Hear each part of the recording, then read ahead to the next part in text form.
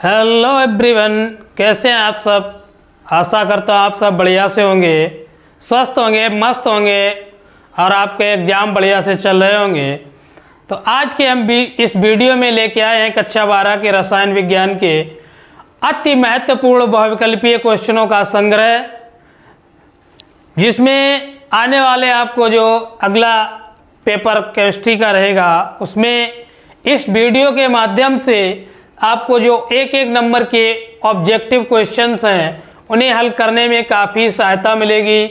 तो आज के इस वीडियो में जो भी संभावित अति महत्वपूर्ण क्वेश्चंस हैं उन सभी का अध्ययन करेंगे। तो आइए देर ना करते हुए चलते हैं आज के इस बहुविकल्पी क्वेश्चंस से, धुआं करेंगे पेपर को।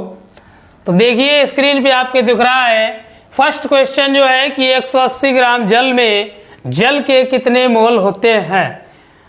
काफ़ी अच्छा क्वेश्चन है और फर्स्ट विकल्प हमें दे रखा है कि 1 मोल, सेकंड में 18 मोल, थर्ड में 10 मोल और लास्ट ऑप्शन दे रखा है हमें 100 मोल। तो देखिए 180 ग्राम जल में जल के कितने मोल होते हैं। तो 180 ग्राम जल है और जल का अणुभार, जल का अणुभार, जल का अणुभार, जल का फार्मूला तो सभी को पता है H2O। तो अणुभार क्या हो जाएगा, 1 × 2 प्लस ऑक्सीजन का 16 होता हो जाएगा 18। अब जल के मोल, तो जल के मोलों की संख्या,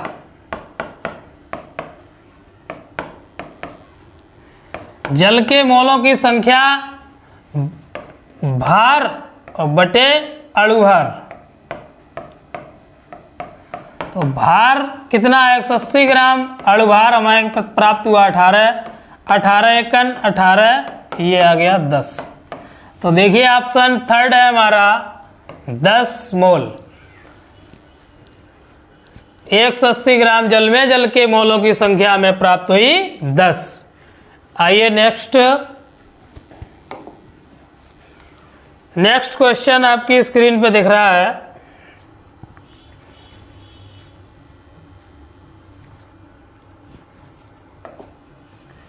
कि निम्नलिखित में किसका परासरण दाब सबसे कम होता है। यहाँ पे परासरण दाब पूछा गया है। तो परासरण दाब, निम्नलिखित में से किसका परासरण दाब सबसे कम होता है। फर्स्ट ऑप्शन हमें दे रखा है पोटेशियम क्लोराइड का विलयन, पोटेशियम KCl, स्वर्ण विलयन, मैग्नीशियम क्लोराइड का विलयन, या लास्ट में है एल्यूमिनियम फास्फेट का विलयन। तो जो परासरण दाब इन चारों में से सबसे कम है वो हमारा है स्वर्ण विलयन। स्वर्ण विलयन का परासरण दाब सबसे कम। तो option number 2 is the correct answer हो जाएगा हमारा स्वर्ण विलयन। नेक्स्ट देखते हैं। नेक्स्ट क्वेश्चन हमारे पास 3 नंबर है। विशिष्ट चालकता का मात्रक पूछा गया है हमसे। विशिष्ट चालकता का मात्रक फर्स्ट ऑप्शन में दे रखा है हमें ohm inverse, centimetre inverse, mole inverse, second में ohm inverse centimetre square, centimetre inverse 2 है और मोल इनवर्स। इसी प्रकार थर्ड में है ohm inverse centimetre square, mole square. Last option दे रखा है हमें ohm centimetre square, mole inverse. अब विशिष्ट चालकता का मात्रक, तो विशिष्ट चालकता का मात्रक होता है 1/ओम सेंटीमीटर और मोल। तो जो हमारा इन्हें जब ऊपर ले जाएंगे तो क्या बन जाएगा, ओम इनवर्स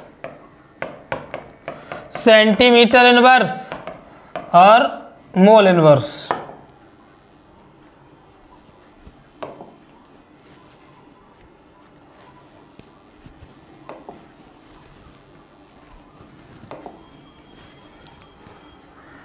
नेक्स्ट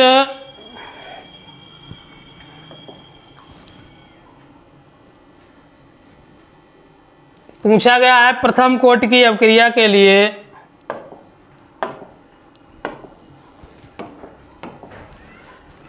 वेग स्थिरांक तथा अर्धायु काल में संबंध है। प्रथम कोटि की अपक्रिया के लिए वेग स्थिरांक तथा अर्धायु काल।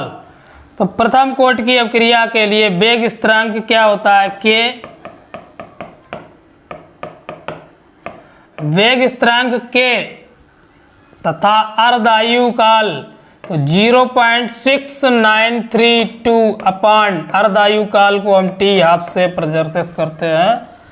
तो option first is the correct answer. वेग स्थिरांक देखना ध्यान से, ऑप्शन ये भी दिख रहा होगा आपको कि टी हाफ बराबर के अपान 0.6932 लिखा है, लेकिन पूछा क्या गया आपसे, ये स्टेटमेंट देखिए, वेग स्थिरांक तथा अर्धायु काल। तो वेग स्थिरांक हमारा क्या है? के, और अर्धायु काल टी हाफ, तो 0.6932 upon t half. Option first is the correct.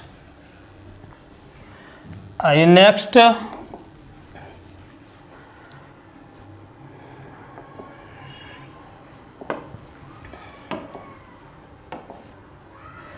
Next है हमारा, स्क्रीन पे दिख रहा होगा आपको, नेक्स्ट क्वेश्चन नंबर लिखा है, निम्नलिखित आयनों में अनुचुंबकीय आयन कौन सा नहीं है।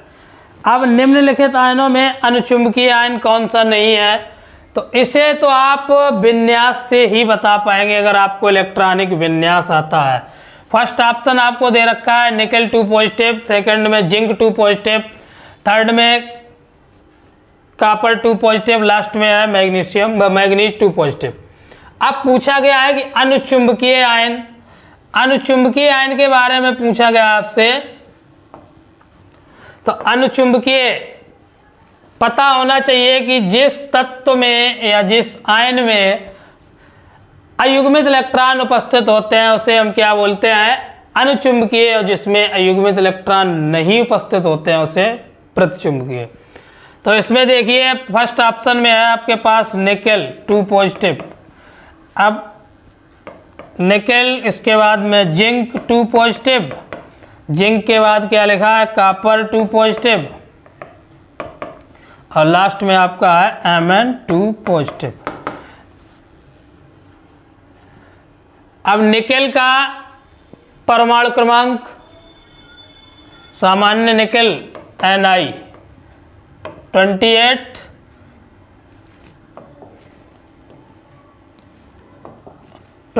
होता है निकेल का Ni।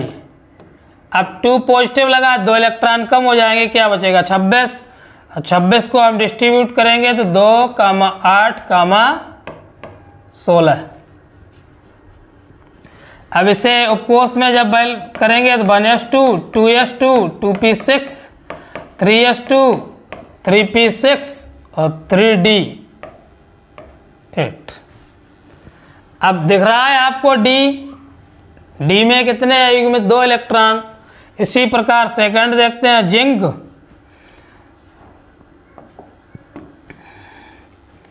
जिंक देख लीजिए, जिंक में क्या है? 2, 8, 18, क्योंकि 30 होता है। अब 2 इलेक्ट्रॉन निकल जाएंगे तो बचेगा 28 ही हमारे पास। तो इस प्रकार देखिए 1s2, 2s2, 2p6, 3s2, 3p6 और 3d10। दिख रहा होगा आपको कि d10 10 इलेक्ट्रॉन होते हैं, तो इसमें अयुग्मित इलेक्ट्रॉन की संख्या कैसी है? 0। अब जब अयुग्मित इलेक्ट्रॉन की संख्या इसमें 0 है तो हमारा option number 2 is the correct answer. Zn2 positive अनुचुंबकीय आयन नहीं होगा। चलिए नेक्स्ट देखते हैं।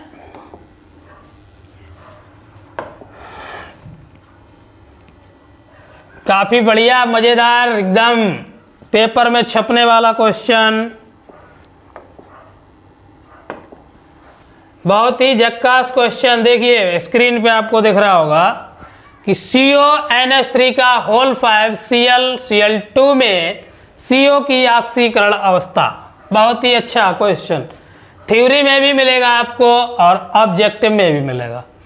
तो लिखा है CONH3 का होल 5 Cl और Cl2।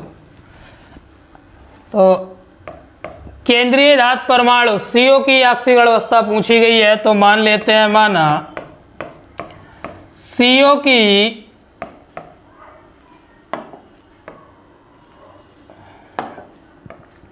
ऑक्सीकरण संख्या या अवस्था बराबर x। अब CO की हमने मान रखी है x, तो CO की जब x है तो x प्लस NH3 हमारा लिगेंड के रूप में, और लिगेंड NH3 का आवेश 0 होता है, 0 गुणा 5, प्लस क्लोरीन भी लिगेंड के रूप में, क्लोरीन का -1। इधर ये बाहर ऋणायन भाग में क्लोरीन है जिसका -1 है, कितने 2 बराबर 0। तो x प्लस 0 माइनस का 1 माइनस का 2 बराबर 0, या x माइनस 3 बराबर 0। तो आंसर हमें प्राप्त हुआ x बराबर 3। देखिए third option is the correct answer हो जाएगा इस क्वेश्चन का। बढ़िया है, काफ़ी मज़ेदार क्वेश्चन है, परीक्षा में छपने वाला है। तो इसका आंसर हमें मिला 3। इसी प्रकार देखते हैं अगला क्वेश्चन।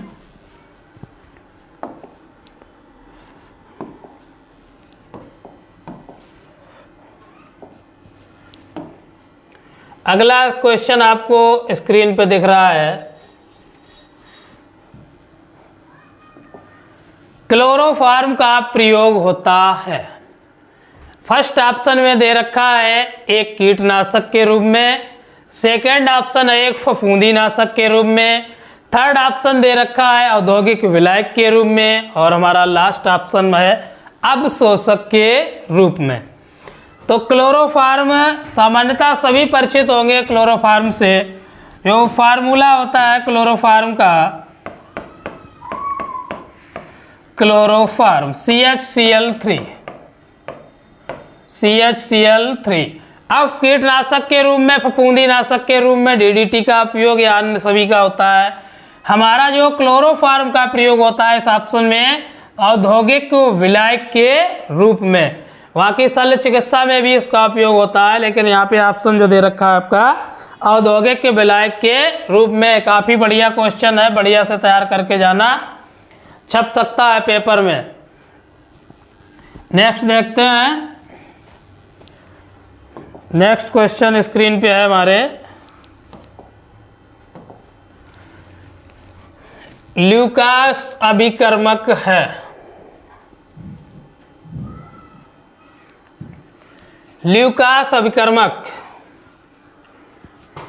फर्स्ट ऑप्शन लिखा सांद्र HCl प्लस निर्जल ZnCl2 PdVSO4, थर्ड में है तनु HCl प्लस निर्जल ZnCl2, और लास्ट ऑप्शन में रखा है उपरोक्त में से कोई नहीं।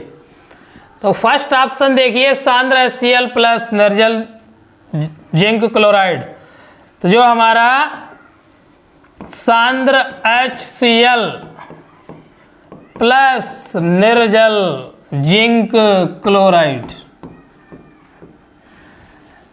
सांद्र HCl और निर्जल जिंक क्लोराइड, यही हमारा दोनों मिलके बनाते हैं ल्यूकास अभिकर्मक। ल्यूकास अभिकर्मक। यहाँ से एक और बहुविकल्पी क्वेश्चन बन सकता है कि ल्यूकास अभिकर्मक से किसकी पहचान की जाती है। तो ध्यान रखना है आपको कि ल्यूकास अभिकर्मक से प्राइमरी और सेकेंडरी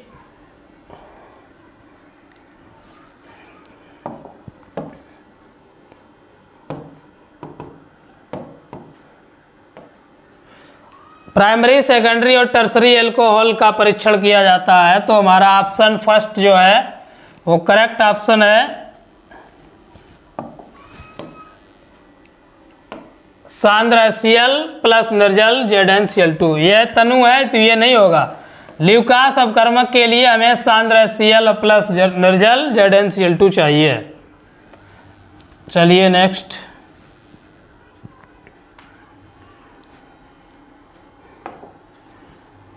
नेक्स्ट स्क्रीन पे आपको दिख रहा है निम्नलिखित में कौन फेलिंग विलयन का अपचयन कर सकता है। निम्न में कौन फेलिंग विलयन का अपचयन नहीं कर सकता है। तो इसमें फर्स्ट ऑप्शन में दे रखा है फॉर्मिक अम्ल, सेकंड में है हमारा एस्टिक अम्ल, थर्ड में है फॉर्मेल्डिहाइड और जो हमारा लास्ट ऑप्शन है एस्टल्डिहाइड। तो इसमें पूछा गया कि निम्न में से कौन फेलिंग विलयन का चयन नहीं कर सकता। तो फार्मिक अम्ल और फॉर्मल्डिहाइड एस्टल्डिहाइड। फार्मिक अम्ल HCHOOH, फॉर्मेल्डिहाइड HCHO और CH3CHO एस्टल्डिहाइड। अब जो हमारा एस्टिक अम्ल फेलिंग विलयन का चयन नहीं कर सकता एसिटिक अम्ल CH3COOH। जो एस्टिक अम्ल है वो फेलिंग विलयन का चयन नहीं कर सकता है। तो इस क्वेश्चन का आंसर हमारा सेकंड एस्टिक अम्ल। नेक्स्ट स्क्रीन पे दिख रहा होगा आपको, नेक्स्ट है हमारा नाइट्रोबेंजीन को कहते हैं। नाइट्रोबेंजीन को कहते हैं कसीस का तेल, मिर्वेन का तेल, सिनेमन का तेल, विंटर ग्रीन का तेल। मज़ेदार पेपर में छपने वाला क्वेश्चन लिखा है कि नाइट्रोबेंजीन को कहते हैं। फर्स्ट दे रखा है कसीस का तेल और सेकंड है हमारा मिर्वेन का तेल, सिनेमन का ऑयल, लास्ट है विंटर ग्रीन का तेल। तो इसमें एकदम झक्कास क्वेश्चंस है मिर्वेन का तेल। ध्यान रखना है नाइट्रोबेंजीन को हम मिर्वेन का तेल भी कहते हैं। तो second option is the correct हो जाएगा हमारा। नेक्स्ट देखते हैं इसी प्रकार अगला क्वेश्चन, देखिए स्क्रीन पे। स्क्रीन पे लिखा है हिंसवर्ग अभिकर्मक पूछा गया आपसे। हिंसवर्ग अभिकर्मक है। फर्स्ट ऑप्शन लिखा है एथिल ऑक्जेलेट, सेकंड में है बेंजीन सल्फोनिल क्लोराइड, लास्ट में है बेंजिल क्लोराइड और थर्ड रखा है ट्राइमेथिल एमीन। तो हिंसवर्ग अभिकर्मक benzene sulphonyl chloride, third option is the correct हो जाएगा हमारा बेंजीन सल्फोनिल क्लोराइड। बढ़िया से तैयार करके जाना। हिंसवर्ग अभिकर्मक पूछा जा सकता है बेंजीन सल्फोनिल क्लोराइड। काफी मजेदार क्वेश्चंस हैं इस वीडियो में, स्किप मत करना, लास्ट तक बने रहें। और अगर चैनल पे नए हैं तो प्लीज हमारे चैनल को सब्सक्राइब करें, वीडियो को लाइक करें और यार दोस्तों को शेयर करें। अगला क्वेश्चन देखते हैं।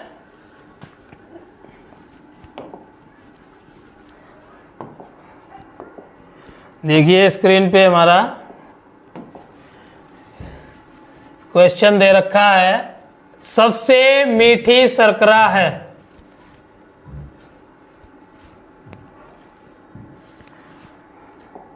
सबसे मीठी शर्करा फर्स्ट ऑप्शन में ग्लूकोज, माल्टोज, फ्रक्टोज और सुक्रोज। तो सबसे मीठी शर्करा ग्लूकोज, माल्टोज, फ्रक्टोज और सुक्रोज। तो option number 4 is the correct answer. सबसे मीठी शर्करा हमारी हो जाएगी सुक्रोज। सुक्रोज C12 H22 और O11, ये ऑप्शन आपका लास्ट बिल्कुल करेक्ट। चलिए नेक्स्ट संभवतः लास्ट होगा।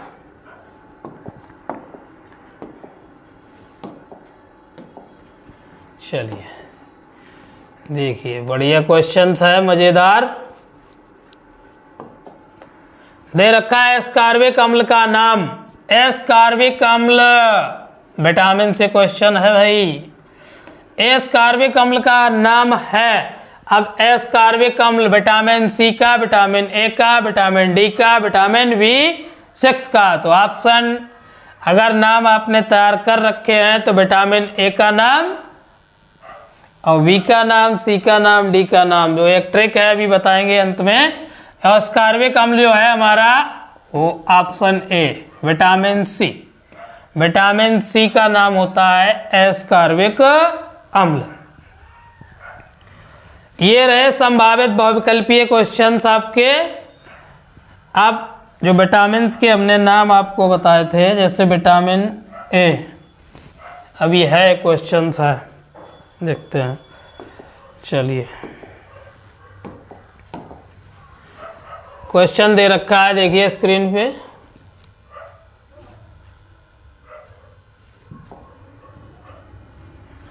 कार्बोहाइड्रेट जो मनुष्यों के पाचन तंत्र में नहीं पाया जाता है, वह कार्बोहाइड्रेट जो मनुष्यों के पाचन तंत्र में नहीं पाया जाता या पचता है, तो starch, glycogen, cellulose, glucose. Starch भी पच जाता है, ग्लाइकोजन तो संचित रहता है, और ग्लूकोज तो आपको पता ही है सभी को। तो ऑप्शन नंबर बी सेकंड जो है आपको दे रखा है सेलुलोज, ये मनुष्यों के पाचन तंत्र में नहीं पचता है। ये रहे संभावित आज के इस वीडियो के 14 क्वेश्चंस। आशा करता हूं कि इन्हीं क्वेश्चंस में से आपको ऑब्जेक्टिव क्वेश्चंस का सलूशन मिल जाएगा आने वाले एग्जाम के लिए, जो आपका केमिस्ट्री का पेपर। और नेक्स्ट वीडियो में हम कल फिर मिलेंगे आपको, उसमें न्यूमेरिकल्स का एकदम भरपूर सॉल्यूशंस लेके, काफ़ी अच्छे न्यूमेरिकल्स मिलेंगे उस वीडियो में आपको, जो आपके एग्जाम में 99% तक आने की गुंजाइश रखते होंगे वो। तब तक के लिए धन्यवाद। Please like, subscribe and share. धन्यवाद।